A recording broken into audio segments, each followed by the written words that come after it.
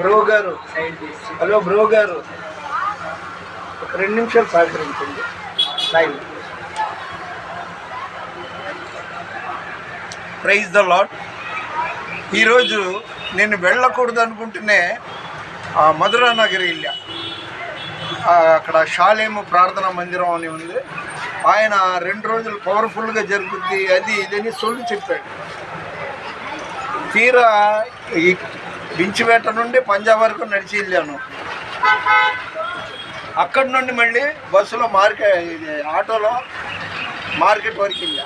అక్కడి నుండి అడ్రస్ తెలియక ఏదో లొకేషన్ పెట్టాడు, ఇటు వెళ్ళి ఇటు తిరిగి అని మొత్తానికి 70 రూపాయలు ట్రాన్స్పోర్టేషన్కి వెళ్ళి అక్కడికి వెళ్ళానండి. వెళ్ళిన తర్వాత ఆశీర్వాదం లేదు, ఆ వాక్యంలో ఉజ్జీవం లేదు. పాస్టర్ అనేవాడు 10 మందికి మేలు చేసేవాడై ఉండాలి.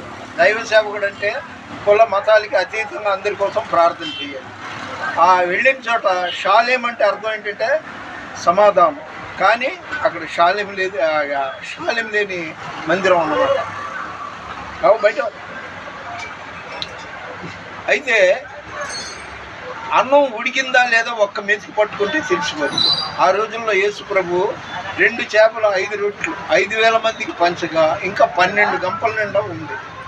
మరి ఇక్కడ దాదాపు 100 మందికి పైగా వచ్చారు జనాలు. పాస్టర్ వస్తే మీటింగ్ అయిపోయిన తర్వాత 2ంటికి భోజనాలకి 50 మందికి పైగా మాకు అన్నమే రాలేదు, దొరకలేదని స్కూటర్లు వేసుకుని వెళ్ళిపోయారు. కొంతమంది నాకు కడుపు నిండలేదు, కొద్దిగా వేసారని వాళ్ళు వెళ్ళి మెసేజ్లు పంపారన్నమాట.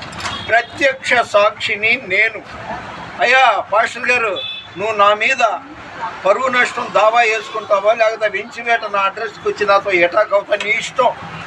ఎందుకంటే అన్యాయం నేను సహించను, నేను అన్యాయం చేయను. అవతలోటి చేస్తే అందులో పాస్టర్ అంటే యేసు ప్రభులాగా శాంతమూర్తిగా ఉండాలి, మంచి చేసేవాడిగా ఉండాలి.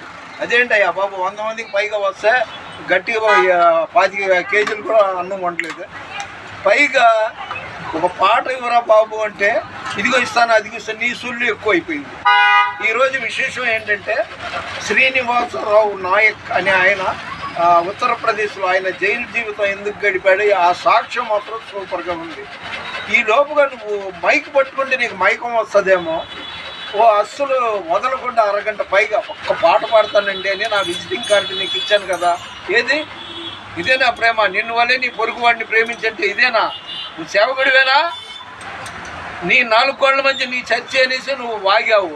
ఇప్పుడు నేను యూట్యూబ్లో ఇది వరల్డ్ వైడ్ వెళ్ళిపోద్ది, నీ ఇష్టం.